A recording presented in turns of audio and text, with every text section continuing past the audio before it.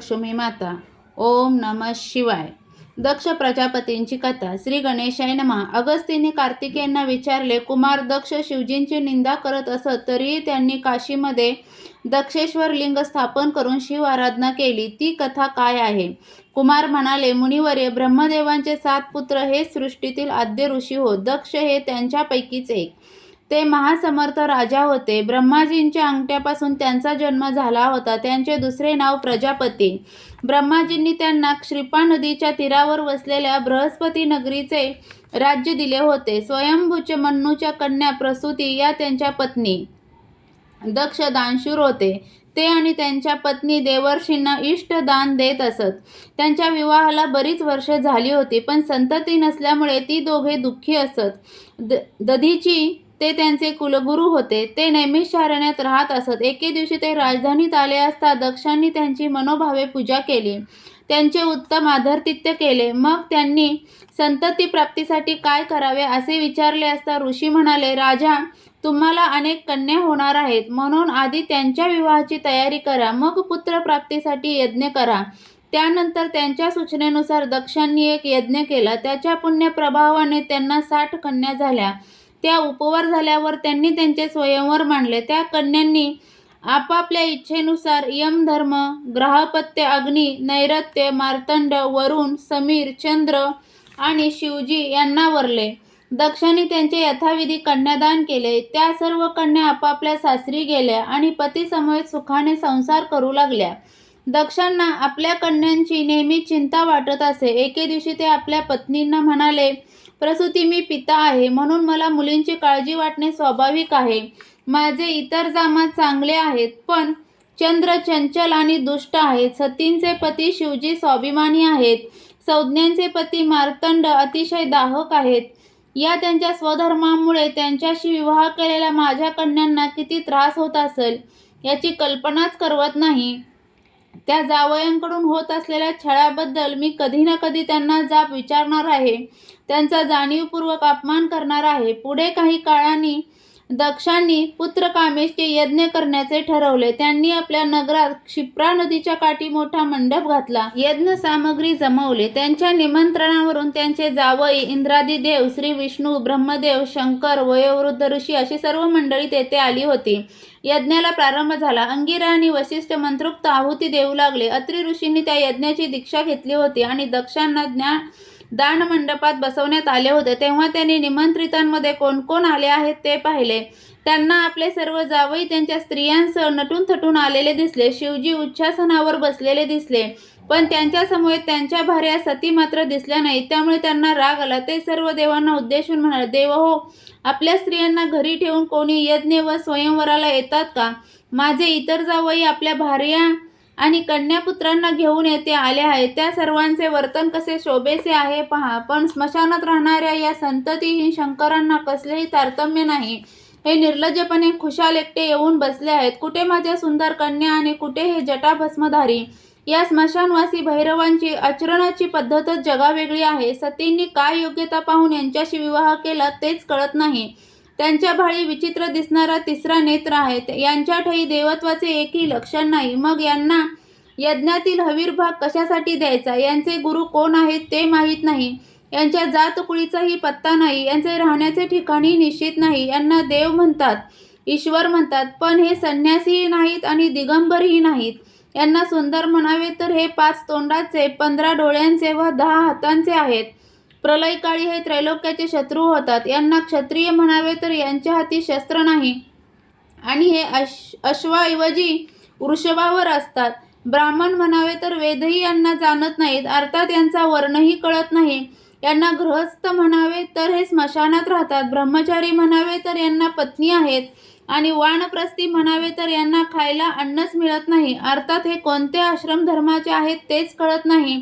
हे आचार भ्रष्ट आहेत, अमंगळ आहेत. हे विष प्राशन करतात, वाघाच्या कातड्यावर झोपतात, गजचर्म पांघरतात आणि रुद्राक्षांची आभूषणे घालतात, ज्यांची स्वतःची काही थोरवी नाही. त्यांनी सासऱ्याच्या घरी आपला मोठेपणा सांगू नये. हे इथे न बोलवताच आले आहेत, उच्चासनावर बसले आहेत आणि आता मान वर करून माझ्याकडे कसे उर्मटपणे बघत आहेत पहा. आणि हे चंद्र यांना 27 स्त्रिया आहेत, पण हे आमचा मान ठेवत नाहीत. यांनी कृतिकांना फसवले आणि एकट्या रोहिणीवरच प्रेम केले, म्हणून मी शाप देऊन याला कलंकित केले. या शंकरांचीही मी तशीच अवस्था करणार आहे, यांचे महत्त्व कमी करणार आहे, तरच नावाचा दक्ष. अशा प्रकारे दक्षांनी शिवजींवर वाटेल तसे तोंडसुख घेतले, पण तिथे उपस्थित असलेल्या कोणीही त्यांना विरोध केला नाही. पूर्णाहुतीने यज्ञाची सांगता झाली. ऋषींनी दक्षांना पुत्रप्राप्तीचा आशीर्वाद दिला. त्या प्रसंगी दक्षांनी देवांना व ऋषींना दिव्य वस्त्रालंकार देऊन सन्मानित केले. जामातांनाही भरपूर दक्षिणा व अलंकार दिले, पण शिवजींना काहीच दिले नाही. ते देवांना म्हणाले, यापुढे तुम्ही शंकरांना यज्ञातील भाग द्यायचा नाही, अशी माझी आज्ञा आहे. दक्षांनी शिवजींचा एवढा अपमान केला तरीही हे आपले सासरे आहेत याचे भान ठेवून ते शांत राहिले, पण नंदींना स्वस्थ बसवेना. ते तावातावाने पुढे गेले व म्हणाले, दक्ष, तुमचा विनाश जवळ आला आहे, म्हणूनच तुम्हाला ही विपरीत बुद्धी सुचली आहे. शिवजींना यज्ञभाग दिला नाही तर ते यज्ञ सफल कसे होणार? आणि जर कोणी देवांनी यांचा यज्ञभाग हडप करण्याचा प्रयत्न केला तर मी ती आहुती त्यांना ओकायला लावल्याशिवाय राहणार नाही. तुम्ही माझ्या स्वामींची निंदा केली आहे, म्हणून तुमचा शिरच्छेद होईल. तुमचे मस्तक होमकुंडात पडेल. तुम्ही सहस्त्र वर्षे प्रेतरूप होऊन पडाल. नंदींनी दक्षांना शाप दिला, म्हणून त्यांचे बंधू भृगू यांना राग आला. त्यांनीही नंदींना शाप दिला. म्हणाले, तृणचर, तुम्ही दक्षांसारख्या महादादी राजांना शाप दिलात, म्हणून तुमच्या वंशजांनाही भूमीवर ओझी ओढत काबाड कष्ट करत गवत खाऊन दिवस काढावे लागतील. तुम्ही खाल्लेले अन्न पोटातून बाहेर काढून ते पुन्हा चघळत बसाल. ते शापवचन ऐकून शैलादी शिवगण प्रचंड संतापले. ते भृगूंना म्हणाले, तुम्ही महादेवांच्या निंदकांची बाजू घेता, नंदींना शाप देता. आम्ही तुमचे तोंडच फोडून टाकू. या दक्षांच्या रक्ताची आहुती घालून यज्ञ पूर्ण करू. त्यानंतर शंकर, नंदी आणि शिवगण त्या यज्ञातून विन्मुख होऊन रागारागाने निघून गेले. त्यांच्याकडे दुर्लक्ष करून दक्षांनी देवांना विचारले, या यज्ञाचे फळ काय? ते म्हणाले, महाराज, तुम्हाला 2000 पुत्र होतील, पण ते तुम्हाला सुख देणार नाहीत. ते दुःखाला कारणीभूत होतील. तुम्ही शिवप्रभूंची निंदा केली, त्यांना यज्ञभाग दिला नाही, म्हणून असे होणार आहे. त्या यज्ञाची दिधीचींनी समाप्ती केली. पुढे दक्षांना 2000 पुत्र झाले, त्यामुळे त्यांना खूप आनंद झाला. काही काळाने नारद त्यांना भेटण्यासाठी आले. त्यांनी त्यांची पूजा केली. आपल्या सर्व पुत्रांना त्यांच्या पायावर घातले व त्यांना मंत्रोपदेश देऊन राज्यकारभारास योग्य करण्यास विनंती केली. त्यानुसार त्यांनी सर्व दक्षपुत्रांना एकच उपदेश केला. त्या उपदेशानंतर ते सर्वजण तपश्चर्या करण्यासाठी ब्रह्म अरण्यात निघून गेले आणि योगमार्गाने जीवनमुक्त झाले. त्यांच्यापैकी कोणीही परत आले नाही. इतकी पुत्र असूनही राज्यकारभार पाहण्यास कोणी राहिले नाही, म्हणून दक्षांना फारच दुःख झाले. त्या चिंतामग्न अवस्थेत त्यांनी 100 वर्षे काढली. एके दिवशी नारद त्यांना भेटायला आले होते. त्यांना पाहताच त्यांना राग आला. ते म्हणाले, नारद, तुम्ही माझे बंधू असूनही माझ्याशी कपट केलेत. माझ्या पुत्रांना ज्ञानोपदेश करून त्यांना देशोदेशी भटकायला लावलेत, म्हणून तुम्ही एका जागी स्थिर न राहता त्रैलोक्यात भ्रमण करत राहाल. ते शापवचन ऐकून नारदांनाही राग आला. त्यांनीही प्रतिशाप दिला. म्हणाले, दक्ष, तुम्ही शिवनिंदक आहात. तुमचे दिवस भरत आले आहेत, अतः पर तुम्ही पाषाण होऊन पडाल. ते ऐकून ते फार चिंतातूर झाले. त्यानंतर दक्षांनी पुत्रप्राप्तीसाठी पुन्हा एकदा यज्ञ करण्याचे ठरवले. त्यांनी दधीची ऋषींना बोलावून घेतले. त्यांना आपले मनोगत सांगितले व त्यांनी यज्ञाचे इष्टफळ मिळवून द्यावे म्हणून विनंती केली. ते पुढे म्हणाले, मुनिवर्य, माझ्यासारखा श्रेष्ठ राजा मला त्रिभुवनात दिसत नाही. मी यज्ञाच्या वेळी देव, गण, गंधर्व, ऋषी या सर्वांना तृप्त करतो. मी शंकरांना आमंत्रण दिले नाही तरी ते गणपरिवारासह येतात. त्यांच्या येण्याने विघ्न उभे राहते. ते काहीतरी कपट करतात, त्यामुळे माझे कार्य यथाविधी संपन्न होत नाही. म्हणून यावेळी मी त्यांना व सतींना बोलावणारच नाही. दधीजींनी त्यास अनुमती दिली. दक्षांनी पुत्र कामेष्टी यज्ञासाठी सर्व प्रकारे तयारी केली. नैमिषारण्यात मोठ्या यज्ञ मंडपाची उभारणी केली. तो यज्ञ यथाविधी सिद्धीत जावा म्हणून श्रेष्ठ ऋषींना पाचारण केले. इंद्रादी देव, मानव, सर्प, गण, यक्ष, गंधर्व आणि आपले बंधू या सर्वांना निमंत्रणे पाठवले. त्यांनी आपले पिताजी ब्रह्मदेव आणि शेषशाही विष्णू यांनाही निमंत्रण केले, पण शिव आणि सती यांना बोलावले नाही, म्हणून त्या दोघांनीही ते निमंत्रण स्वीकारले नाही. शिवजींना वगळून केलेले यज्ञ कधीही सफल होऊ शकत नाही याची त्यांना पूर्ण खात्री होती. कुमार अगस्तींना दक्षांच्या दुसऱ्या पुत्रेष्ठी यज्ञाची कथा सांगत होते. ते पुढे म्हणाले, मुनिवर्य, दधीचींनी यज्ञाची सर्व सिद्धता केली. दक्षांच्या निमंत्रणावरून सर्व देव आपापल्या परिवारासह आले होते. अष्टदिक्पाल, सप्तर्षी, ऋषी, महर्षी व दक्षांचे जावई आदी सर्व मंडळी यज्ञ मंडपात उपस्थित होती. शिवजींना मात्र बोलावणे नव्हते. दक्षांनी यज्ञदीक्षा घेतली. हवन करण्यासाठी भृगु ऋषी आचार्य झाले होते. यज्ञमंडप वैभवाने भरून गेला होता. दक्षांनी यज्ञ प्रदीप्त केला. वेदमंत्रांनी आहुती घालण्यास सुरुवात झाली, पण शिवजीच तिथे नसल्यामुळे अग्नी आहुती घेईना. यज्ञमंडपात सर्वत्र धूर पसरला. दक्ष यज्ञाची वार्ता कळताच नारद त्वरेने कैलासास गेले. त्यावेळी शिवप्रभू ध्यान धारणेसाठी निरंजन वनात गेले होते. पार्वती आपल्या सख्यांसह मंदिरात होत्या. त्यांनी त्यांचा आदर सत्कार केला व म्हणाल्या, मुनिवर्य, आपण इथे कसे येणे केले? काही विशेष काम आहे का? ते म्हणाले, देवी, तसेच विशेष आहे, म्हणूनच आलो आहे. मी नैमिषारण्यात गेलो होतो. तिथे तुमचे पिताचे यज्ञ करत आहेत. त्यात सर्व देव आपापला भाग ग्रहण करत आहेत. तुमच्या बहिणी नटून थटून मिरवीत आहेत. तिथे तुम्ही उभयता दिसला नाही, म्हणून मला मोठे नवल वाटले. तुम्ही तेथे का गेला नाहीत? कारण तुम्ही तेथे नसल्याने तुमच्या मातोश्री फारच दुःखी दिसत होत्या. त्या तुमची सारखी आठवण काढत होत्या. ते ऐकून सतींच्या डोळ्यात पाणी तरळले. त्यांनी हुंदका आवरला व म्हणाला, देवर्षी, वस्तुस्थिती काय आहे हे तुम्ही जाणता. माझे पिताजी आमच्यावर नाराज आहेत. मी आपण होऊन शिवजींशी विवाह केला हे त्यांना आवडलेले नाही. शिवजी भनंग योगी आहे, जटाजूटधारी आणि चिताभस्मधारी आहे. त्यांच्याजवळ वैभव नाही. हे इतर देवांसारखे दिसत नाहीत आणि माझ्या मुळीच अधीन नाहीत. हे त्यांना मान्यच नाही. मागच्या वेळेस हे तिथे गेले होते तेव्हा त्यांनी यांचा निषेध केला.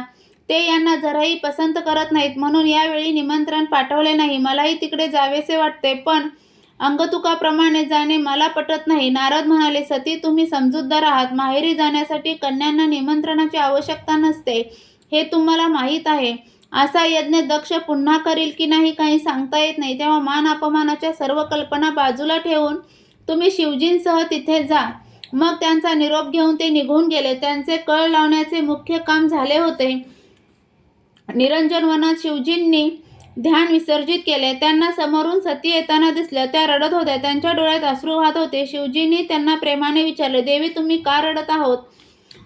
पण त्यांनी काहीच उत्तर दिले नाही. तेव्हा त्यांनी त्यांना जवळ घेतले, त्यांचे डोळे पुसले, त्यांना आपल्या मांडीवर बसवले. म्हणाले, काय झाले? त्या म्हणाल्या, माझ्या पिताजींकडे मोठा यज्ञ चालला आहे. सर्व देव आपापल्या स्त्रियांसह तिथे गेले आहेत. आपणही तिथे जाऊ. बरेच दिवस झाले मी माहेरी गेले नाही, मातोश्रींना भेटले नाही. तिथे माझ्या सर्व बहिणी आल्या आहेत. त्यांची अनासाई भेट होईल.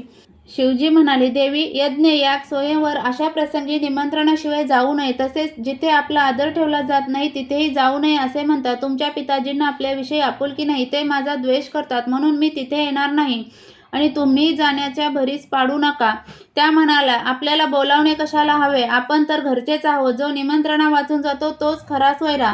ते म्हणाले, भवानी, जिथे प्रेम, आपलेपणा या गोष्टी आहेत तिथे निमंत्रणाची आवश्यकता नाही, हे मीही मान्य करतो. पण दक्षांना तेवढी समज आहे का? मागच्या वेळी जे घडले ते मी तुम्हाला सांगितले आहे. आता त्याची पुनरावृत्ती नको.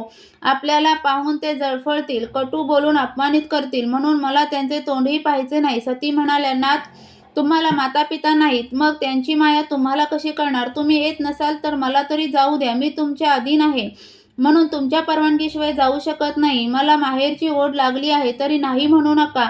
मला अनुज्ञा द्या. शिवजींना पुढचे भवितव्य माहीत होते, म्हणून त्यांनी त्यांना अनुमती देत नव्हते. पण त्यांनी खूपच आग्रह केला तेव्हा त्यांचा नाईलाज झाला. ते म्हणाले, ठीक आहे, तुम्हाला माहेरची माया उपजलीच आहे तर मी कोण अडवणार? तुम्ही जा, पण तिथे जाताना नंदी आणि भैरवादी गणांनाही बरोबर घेऊन जा.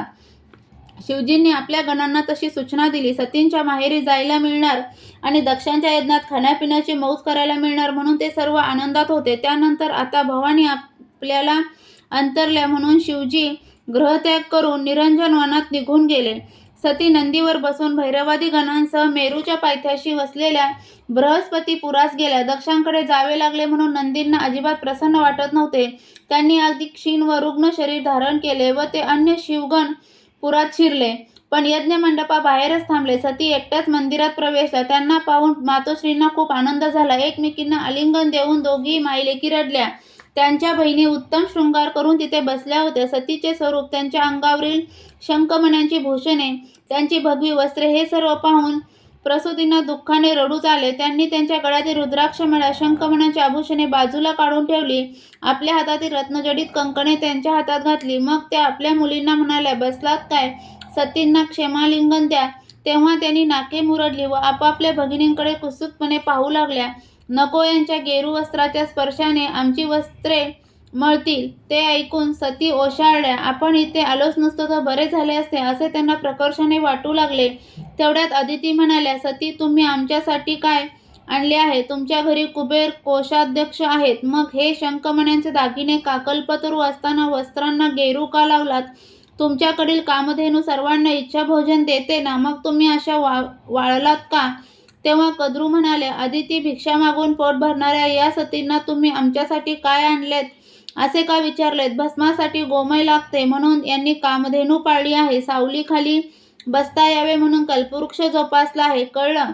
दिती आणि शनेत्रा म्हणाल्या, या सती त्या 5 तोंडाच्या भणंगावर कशा भाळल्या कोण जाणे. ते कातडे पांघरतात, पालापाचोळ्यावर झोपतात, त्यांच्या घरी खाण्याचे हाल आहेत आणि नाव मात्र ईश्वर आहे. भूत आणि पिशाच्या सहवासात राहणाऱ्या शिवजींशी या कसा संसार करतात हे यांनाच ठाऊक. हिरण्यप्रभा म्हणाल्या, या भिक्षेकरी येथे कशाला आल्या? यांनी इथे येऊन या प्रसंगाच्या शोभेलाच गालबोट लावले आहे. यांच्यामुळे आपल्या वडिलांना कमीपणा येणार.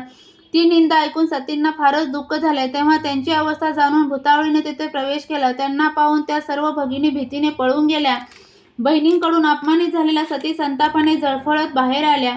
त्या यज्ञमंडपात प्रवेशला. दक्षाने त्यांच्याकडे पाहिले, पण यज्ञदीक्षा घेतली असल्याने ते काहीच बोलले नाहीत. त्या खाली मान घालून यज्ञवेदीपाशी गेल्या. तेथील व्यवस्थेत शिवजींना भागदानच नाही हे पाहून त्यांची सहनशक्ती संपली. त्या दक्षांना म्हणाल्या, पिताजी मी इथे आले आहे म्हणून बहिणींनी माझा अपमान केला आणि या तुमच्या यज्ञात मला शिवजींचा भागच दिसत नाही. यावरून तुमच्या मनात माझ्या पतींविषयी असलेला तिरस्कारच दिसून येत आहे. तुम्ही त्यांची नेहमीच निंदा करता, त्यांना दूषणे देता, त्यांना यज्ञातील भाग द्यायचा नाही ही सुद्धा तुमचीच आज्ञा आहे. अशा प्रकारे माझ्या स्वामींचा अपमान करून हा यज्ञ सफल होईल या भ्रमात राहू नका. हे त्यांचे संतप्त बोलणे ऐकून यज्ञमंडपात एकदम शांतता पसरली. ऋषींचे हवन कार्य थांबले. देव स्तब्ध झाले. सती पुढे म्हणाले, पिताजी मला पाहून तुम्हाला लाज वाटते म्हणून यापुढे मीही तुमचे तोंड पाहणार नाही. तुम्ही सर्वांनी माझा निषेध केलात हे देवांनी प्रत्यक्ष पाहिले आहे. मी तुम्हाला दूषणास्पद वाटते ना, मग हे निंद्य शरीर घेऊन जगण्यात काय अर्थ आहे? म्हणून हा देह मी अग्नीला समर्पित करत आहे, कारण हा अपमान मला सहनच करता येत नाही. सती तळमळून बोलत होत्या, पण दक्षांनी त्यांच्याकडे पाहिलेही नाही. तेव्हा चिडलेल्या दक्षायनींनी तेथील यज्ञपात्रे लाथाने उडवून दिली आणि यज्ञ वेदीच्या पूर्वेस दृढ पद्मासन घालून बसल्या. त्यांनी तीव्र योगशक्तीने स्वतःचे शरीर चेतवून ब्रह्माग्नीत प्रदीप्त केला. त्या अग्नीने त्यांचा देह धडधडून पेटला. ते दृश्य पाहून यज्ञमंडपात फारच हाहाकार माजला. हे वृत्त कळताच संतापलेले नंदी भैरवादिकांसहित आत घुसले. भूतांच्या कर्कश किंकाळ्यांनी तो सर्व परिसर दणाणून गेला. त्या सर्वांनी मंडपात घुसून दाणादाण उडवली. दक्षांचा यज्ञ पार उद्ध्वस्त करून टाकला. दिसेल त्याला झोडपले. तेव्हा भृगूंनी मंत्राग्नी उत्पन्न केला. तो केसाळ भूतांची शरीरे जाळू लागला. तेव्हा नंदींनी सर्वांना बाहेर काढले आणि घडलेला प्रकार शिवजींना सांगण्यासाठी त्वरेने कैलासाची वाट धरली. कुमार अगस्तींना म्हणाले, मुनिवर्य सती यज्ञस्थानी दग्ध झाल्या म्हणून नारदांना आनंद झाला. नंदी आणि शिवगण यांच्या आधी ते स्वतःच कैलासावरील निरंजन वनात गेले. तेथे शिवजी ध्यानस्थ बसलेले होते. त्यांनी टाळी वाजवून त्यांना जागृत केले. तेव्हा ब्रह्मर्षींची व्यथित मुद्रा पाहून त्यांनी विचारले, मुनिवर्य तुम्ही असे दुःखी का? तेव्हा ते मोठ्याने आक्रोश करत म्हणाले, प्रभू घात झाला. दक्ष यज्ञात सतींनी स्वतःला जाळून घेतले. माहेरी त्यांचा कोणी सन्मान केला नाही. मोठमोठ्या ऋषींसमोर त्यांचा अपमान झाला. तेथे तुमच्यासाठी यज्ञभाग नाही म्हणून त्यांना खूपच दुःख झाले. मग त्या तरी काय करणार? व्यर्थ आपले जिने असे उद्धार काढून त्यांनी आत्मदहन केले. दैवाने तुमचे सतीरूप धन हिरावून घेतले. महादेव तुम्ही भिकारी झालात, खरे जोगी झालात. आता तुम्हाला मायापाश उरले नाहीत. ते ऐकून शिवजी संतप्त झाले. त्यांनी आपल्या तृतीय नेत्रातील अग्नी जागृत केला. त्याच्या प्रखरतेने त्यांच्या भाडी असलेला चंद्रमा काळवंडला. त्याच वेळी शिवगणांचे आगमन झाले. त्यांनी तेच वृत्त सांगितले. त्या सर्वांची पोळलेली शरीरे पाहून ते अत्यंत भडकले. त्यांनी जटा पिंजारल्या, गंजाभर फाडले, रुंडमाळा तोडून टाकली आणि डमरूचा भयंकर निनाद करू लागले. त्यामुळे अवघे भूमंडळ दणाणले. सप्तसागरांमध्ये खळबळ माजली. मग दानादान पदाघात करत ते तांडव करू लागले. त्या दणक्यांनी त्रिभुवन भयंकपित झाले. त्यांनी आपला जटाभार 10 हातांनी पृथ्वीवर आपटला. तेव्हा मेरू पर्वताचा भीतीने वीर्यपात झाला. धरा ही मेरू पर्वताची पत्नी. तिने वीर्य धारण केले, त्यामुळे तिला गर्भ राहिला. तिला ज्या कन्या झाल्या त्यांचे नाव मेनका. कालांतराने याच मेनकांच्या पोटी सतींनी पार्वतींच्या रूपाने जन्म घेतला. असो, जटांच्या आघाताने प्रचंड आवाज झाला. संतप्त शिवप्रभूंनी तमोगुणांचा आश्रय घेऊन त्यात आपल्या तृतीय नेत्रातील भयंकर अग्नीचा लोळ मिसळला. त्या मिश्रणातून शिवजींचेच क्रोधरूप असे विशालकाय, चतुर्भुज, महाक्रूर व महापराक्रमी पुरुष उत्पन्न झाले. त्यांचे नाव वीरभद्र, व्याघ्रांबर, डमरू, त्रिशूळ, तृतीय नेत्र, भाळीचंद्र, गळ्यात वासुकी नाग, सर्वांगी भस्म, कानात प्रखर तेजस्वी कुंडले, लाल ओठ, शुभ्र दात, पायी बिरंदूचा तोडर, आरक्तवर्ण डोळे, तसेच खडक, परशु, खेटक, गदा, चक्र, मुदल, धनुष्यबाण, चकचकीत शिलीमुख बाण, शस्त्रवधी मंत्रसिद्ध अस्त्रे यांनी युक्त असे आकाशाचा अग्निमय आधारस्तंभ वाटावा असे ते महाप्रतापी वीरभद्र शिवजींना विनम्र वंदन करून म्हणाले, स्वामी आपला जय जयकार असो, माझ्यासाठी काय आज्ञा आहे. एवढा क्रोधाचा पुतळा निर्माण झाल्यावर शिवजी एकदम शांत झाले. ते म्हणाले, वीरभद्र, नैमिष्य अरण्याजवळ बृहस्पती नगरात दक्ष यज्ञ करत आहे. तुम्ही तेथे जा. त्या यज्ञात त्यांचेच मस्तक पूर्णाहुती म्हणून घाला. रुद्रभाग न देता ज्यांनी ज्यांनी यज्ञभाग ग्रहण केले आहेत ते अन्न त्यांना ओकायला लावा. ज्यांनी ज्यांनी माझी निंदा केली आहे त्यांचा चांगला समाचार घ्या. सती या माझ्या भार्या आहेत. त्यांनी स्वतःचा देह यज्ञस्थानी अग्नीत भस्म केला आहे. त्यांना प्रजापतींकडून मागून आणा. त्या माझ्या शक्ती आहेत. जिंची आज्ञा घेऊन वीरभद्र, गजानन आणि अद्भुत शक्तिशाली 64 कोटी गण प्रचंड गर्जना करत क्षिप्रा नदीच्या उत्तर तीरावर आले. तेथे गेल्यावर गजाननाने वीरभद्रांशी विचारविनिमय केला. तेव्हा ते म्हणाले, दक्षांच्या यज्ञात भृगु, वशिष्ठ, अत्री असे अनेक मंत्रद्रष्टे ऋषी उपस्थित आहेत, म्हणून तिथे एकदम हल्ला करणे योग्य नाही. ते निंद्य आहे. तुम्ही भवानींना रीतसर मागितले नाही. तुम्ही मागितले असते तर मी मंत्रयोगाने त्यांना परत जिवंत केले असते असे भृगु म्हणतील. म्हणून आपल्यावर दोष येऊ नये यासाठी आधी शहाणे दूत पाठवून भवानीची मागणी करावी असे मला वाटते. ते सर्वांना पटले. वीरभद्रांनी चंड नामक गणाला यज्ञस्थानी पाठवले. तिथे ऋषीजन वेदघोष करत होते. तेथे कोणीही त्यांचा सन्मान केला नाही व कोणीही त्याच्याशी बोलले नाही. या सर्व गोष्टींकडे दुर्लक्ष करून तो दक्षांपाशी गेला व सर्वांना उद्देशून म्हणाले, तुम्ही सर्व देव शिवजींचे अधीन आहात. तुमचे सर्व ऐश्वर्य हा त्यांच्याच कृपेचा प्रसाद आहे. त्यांनी तुम्हाला काय त्रास दिला म्हणून तुम्ही त्यांची उपेक्षा करत आहात. त्यांना वगळून स्वतःचा यज्ञभाग ग्रहण करताना तुम्हाला काहीच कसे वाटत नाही. प्रजापती शिवजींना वगळून यज्ञ करण्याची ही कोणती नवीन रीत तुम्ही प्रस्थापित करत आहात. सतींनी सर्वांदेखत स्वतःला जाळून घेतले याचीही तुम्हाला खेद झाल्याचा दिसत नाही. दक्ष म्हणाले, आमच्या घरी आम्ही काय करावे हा आमचा प्रश्न आहे. त्यात तुम्ही ढवळाढवळ करू नये. माझ्या इतर मुली कशा आनंदात आहेत, प्रसन्न आहेत ते पहा. सतींना राग फासणारे ते पशुपतीस पसंत पडले. त्याला मी काय करणार. ते त्यांच्याकडे लक्ष देत नव्हते, त्यांचे कौतुक करत नव्हते व त्यांना नीट सांभाळतही नव्हते. या त्यांच्या जाचाला कंटाळूनच त्यांनी स्वतःला जाळून घेतले आहे. ते त्यांचे कर्म होते, ते त्यांनी भोगले. त्यांच्यासाठी मी कशाला दुःख करत बसू. चंडाने त्यांच्या धैर्याने नीतीच्या 4 गोष्टी सांगितल्या व भवानींना सजीव करून परत द्या अशी मागणी केली. तेव्हा ते म्हणाले, तुम्ही दिगंबर जोगी आहात. तुम्हाला घरापेक्षा स्मशानच जास्त प्रिय आहे. तुम्हाला कुलांगना हव्यात कशाला. शिवजींच्या 3ऱ्या डोळ्यातील अग्नीने सती दग्ध झाल्या आणि तुम्ही कपटाने त्यांची मागणी करात हे काय मला माहीत नाही. तुम्ही पिशाचांचे भार घेऊन इथे आलातच कसे. आता मुकाट्याने परत जा, अन्यथा तुमचा गांभीर्याने विचार करावा लागेल. चंडाने दक्षांना अनेक प्रकारे समजावले पण त्यांनी त्यांच्याकडे लक्ष दिले नाही. त्यामुळे त्याला संताप आला. तो म्हणाला, दक्ष, तुम्ही भवानींना जिवंत करून परत दिले नाही तर याच यज्ञात तुमच्या मस्तकाची आहुती पडेल हे लक्षात ठेवा. वीरभद्र त्याचसाठी येथे आलेले आहेत. पुढे कृतकर्मांचा पश्चाताप होऊन तुम्हाला शिवजीपाशीच आश्रय मागावा लागेल हे विसरू नका. चंडाने वीरभद्रांपाशी जाऊन सर्व वृत्तांत कथन केला पण त्यांनी एकदम हल्ला केला नाही. दक्षांचा घात करण्यासाठी त्यांनी शनी व केतू यांची युती होईपर्यंत वाट पाहिली आणि त्यानंतरच युद्धाचे आदेश दिले. मग काय विचारता. शिवगणांचे सैन्य रणवाद्यांच्या कोलाहलात गगनभेदी गर्जना करत बृहस्पती नगरावर चालून गेले. दक्षांनी आपल्या सेनेला शिवसैन्याचे आक्रमण मोडून काढण्यास सांगितले. दोन्हीकडचे वीर प्रचंड त्वेषाने एकमेकांवर धावले. तुंबळ रणकंदन माजले. रक्ताचे पाट वाहू लागले. दक्ष वीरांनी शिवसेनेला अनिवार्य झोडपले. ते पाहून नंदीने उग्ररूप धारण करून दक्षांचे सेनापती भग यांनाच आव्हान दिले. दोघांमध्ये अटीतटीची लढाई झाली. नंदीने दक्ष सेनेचा प्रचंड विध्वंस केला. भगांचा रथ मोडून त्यांना निशस्त्र केले. त्यांना बांधून वीरभद्रांकडे नेले. तेव्हा शिववीरांनी मोठ्याने गर्जना करून आनंद व्यक्त केला. दक्ष सेनेत मोठी खळबळ माजली. तेव्हा पुष्पा पुढे सरसावले. चंडाने शिवगणांसह त्यांच्याशी प्रखर युद्ध केले. मग त्यांनाही बांधून वीरभद्रांकडे नेले. हे व्रत कळताच दक्षांना स्वस्त बसवेना, आता आपण गेल्याशिवाय विजय मिळणार नाही असा विचार करून त्यांनी यज्ञ दीक्षा विसर्जित केली आणि यज्ञ कार्य थांबवून त्वरेने पुढच्या हालचाली सुरू केल्या. त्यांनी आपल्या जावयांना व यज्ञासाठी आलेल्या देवांना युद्धासाठी उद्युक्त केले. आपले बंधू भृगू यांना युद्धनीती चांगली अवगत आहे हे लक्षात घेऊन त्यांना सेनापती केले. ते मोठी सेना घेऊन रणांगणात आले. त्यांनी मंत्रशक्तीने मोठा अग्नी उत्पन्न करून शिवसैन्यातील भूतांचे समुच्चयासह जाळले. त्यांना आवरल्याशिवाय दक्षांचा पराभव शक्य नाही हे जाणून मणिमंत पुढे झाले. त्यांनी भयंकर युद्ध करून त्यांना परास्त केले.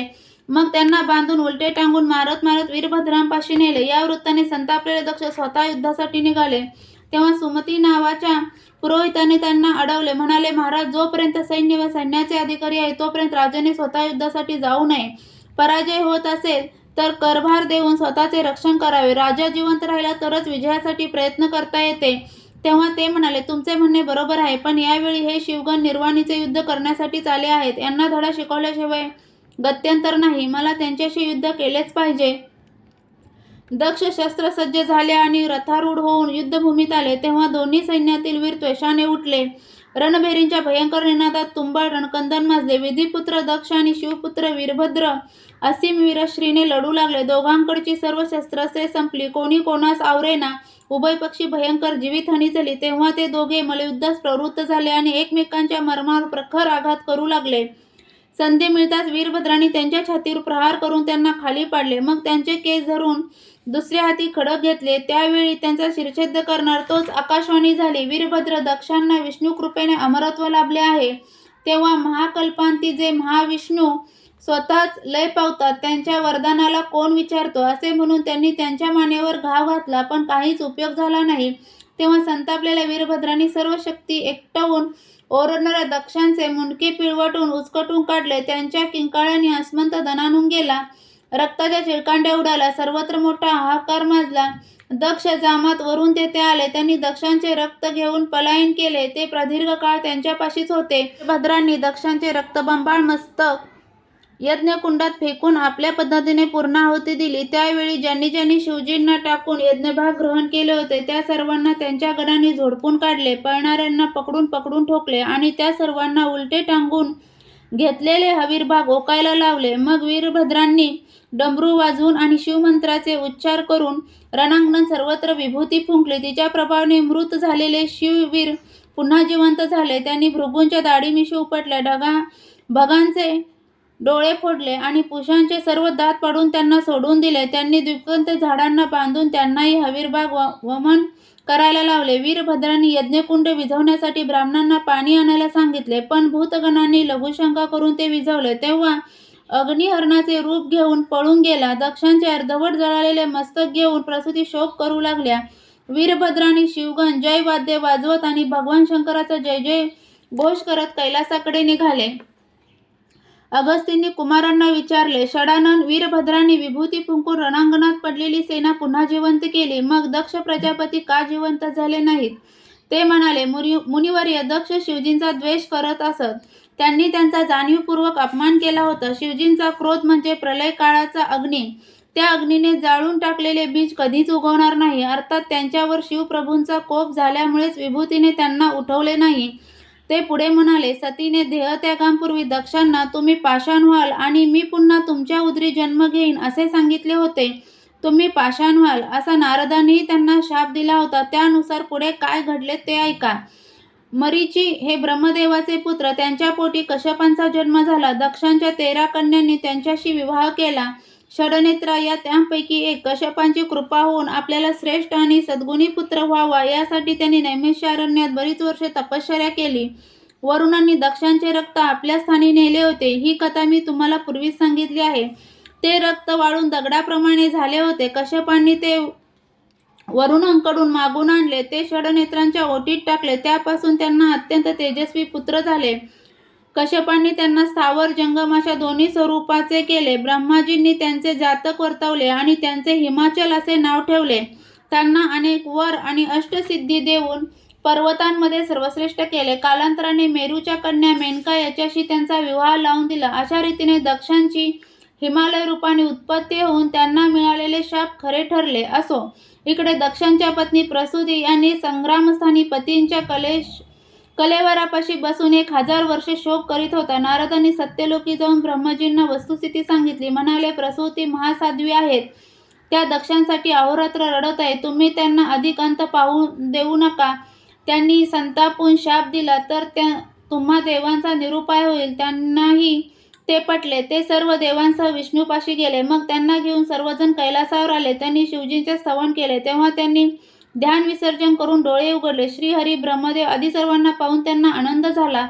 त्या सर्वांची आस्थेने विचारपूस केली. मग पृथ्वीवर यज्ञयाग, वर्णाश्रम धर्माचे आचरण, तपश्चर्या, धर्मकृत्य या सर्व गोष्टी व्यवस्थित चालल्या आहेत की नाहीत याविषयी वर्तमान जाणून घेण्यासाठी त्यांनी अनेक प्रश्न विचारले, पण कोणीही उत्तर दिले नाही. त्यांचे मौन पाहून त्यांना मोठे नवल वाटले. ते म्हणाले, तुम्ही सर्वजण इथे कशासाठी आला आहात? जे मनात असेल ते निसंकोच सांगा. तेव्हा सर्व देव विष्णूकडे पाहू लागले. त्यांनी ब्रह्माजींना पुढे केले. ते म्हणाले, देवा, त्रिपुरहंता दक्षांना मारून 1000 वर्ष झाली आहेत. त्यांच्या पत्नी प्रसूती अजूनही त्यांच्या शवापाशी बसून शोक करत आहेत. यज्ञयाग, होम हवन या सर्व गोष्टी बंद पडल्या आहेत. हवीरभाग मिळत नसल्यामुळे आम्हालाही उपास घडत आहेत. आम्ही दुर्मती आहोत. आमच्या हातून अविचाराने मोठा अन्याय घडला आहे, म्हणून आम्हाला क्षमा करा. तुमच्या कृपेने यज्ञयागादी पुण्यकर्मे पुन्हा चालू व्हावीत एवढीच विनंती आहे.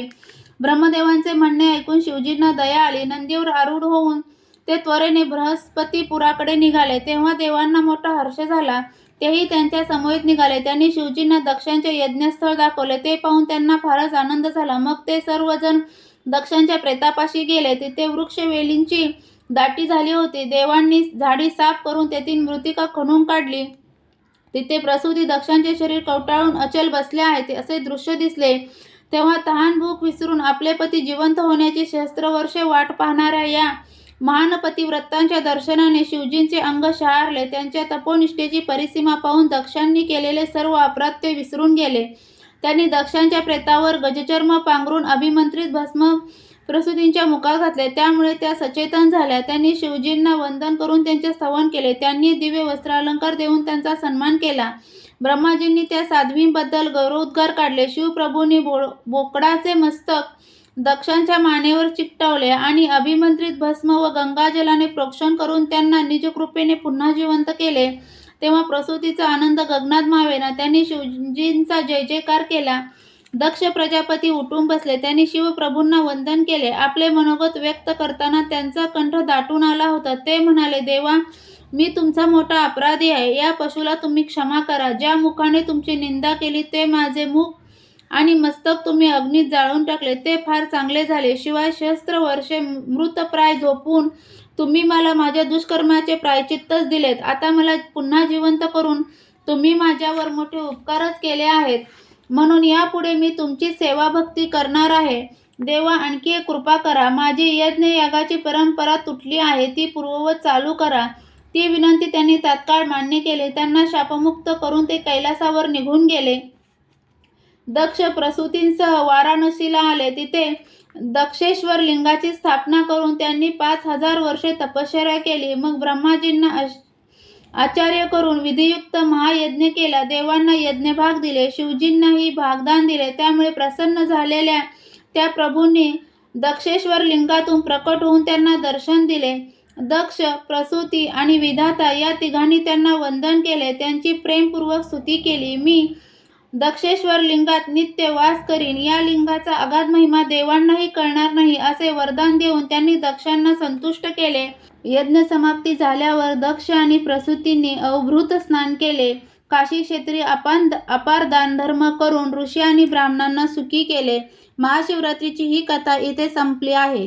महाशिवरात्रीची ही कथा वाचल्याने किंवा ऐकण्याने मिळणारी फलश्रुती म्हणजे पापनाश होईल. जन्मोजन्मी काशीत राहून शिवपूजन केल्याचे पुण्य मिळेल. शिवरात्रीस 12 ज्योतिर्लिंगाचे दर्शन केल्याचे पुण्य मिळेल. तसेच पृथ्वी प्रदक्षिणेचे, गंगा प्रदक्षिणेचे आणि प्रयाग यादी पुण्यक्षेत्री कोटी यज्ञ केल्याचे पुण्य मिळेल. ओम नमः शिवाय.